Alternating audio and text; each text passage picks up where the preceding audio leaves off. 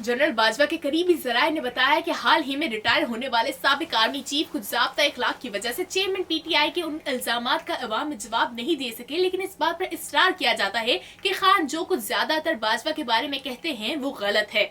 बाजवा अब इमरान खान का focus target है, जो अब न सिर्फ बाजवा को हुकूमत में अपनी नाकामियों की वाहिद वजह समझते हैं, बल्कि ये इल्जाम भी लगाते हैं कि जनरल ने अमरीकी साजिश के तहत उनकी हुकूमत को हटाया था। अगरचे इमरान खान का कहना है कि ये जनरल बाजवा ही थे जो नैब को कंट्रोल कर रहे थे और सियासतदानों की गिरफ्तारी और रिहाई का फैसला कर रहे थे। दूसरे फरीक का इसरार है कि खान अपनी वजारत उज़्मा के दौरान अपनी अपोजिशन के तमाम अहम मुखालिफिन को सलाखों के पीछे देखना चाहते थे। उन जराये ने बताया कि जनरल बाजवा जब भी बोलेंगे तो उनके पास बताने के लिए इससे मुख्तलिफ कहानी नहीं होगी जो साबिक DGFIA बशीर मेमन ने उस वक्त के वजीर आजम इमरान खान पर लगाए थे। बशीर मेमन की तरह जिन्होंने इल्जाम लगाया था कि उस वक्त के वजीर आजम ने खान के मुखालिफिन को गिरफ्तार करने के लिए दबाव डाला था। जराये के मुताबिक साबिक वजीर आजम भी जनरल बाजवा से उस वक्त के अपोजिशन के मुतअद्दिद सियासतदानों को गिरफ्तार करने का कह रहे थे।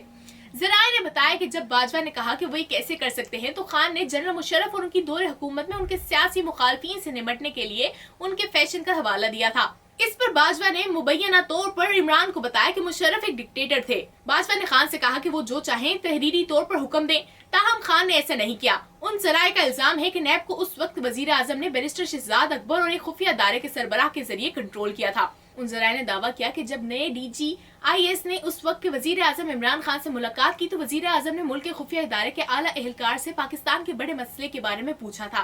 उन जराये के मुताबिक खान को बताया गया कि ये मईशत है, लेकिन खान ने जवाब दिया नहीं, ये अपोजिशन है। रिटायर्ड जनरल के करीबी जराये ने बताया कि एक मौके पर PTI की कई वज़रा की मौजूदगी में बाजवा ने मुबैना तौर पर इमरान खान को उनके तमाम मुखालिफिन के साथ साथ उनकी पार्टी के बहुत सारे रहनुमाओं को मजा चखाने की ख्वाहिश के खिलाफ खबरदार किया था। ताहम ये जराये इस बात की तस्दीक करते हैं कि बाजवा साबिक वजीर आजम को मशवरा देते रहे हैं कि वो अपनी मुखालफत की बजाय मईशत पर तवज्जो दें।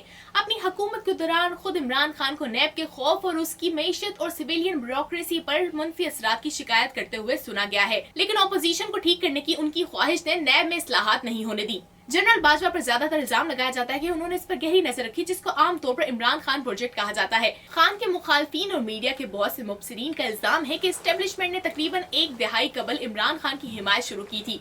PTI का 2014 का धरना भी इमरान खान के मंसूबे का हिस्सा होने का इल्जाम है, जिसने मुबैना तौर पर 2017 और 2018 में अपने अरूज को देखा।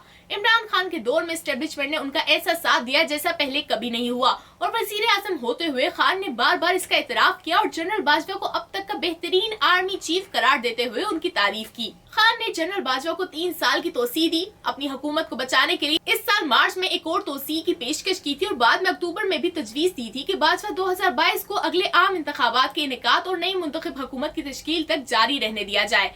जनरल रिटायर्ड बाजवा ने अपनी रिटायरमेंट से कुछ देर कबल इस बात का इतराफ किया था कि माजी में एस्टेब्लिशमेंट ने गलतियां की। उन्होंने इंकिशाफ किया था कि एक इदारे के तौर पर फौज ने फरवरी 2021 में गैर सियासी होने का फैसला किया।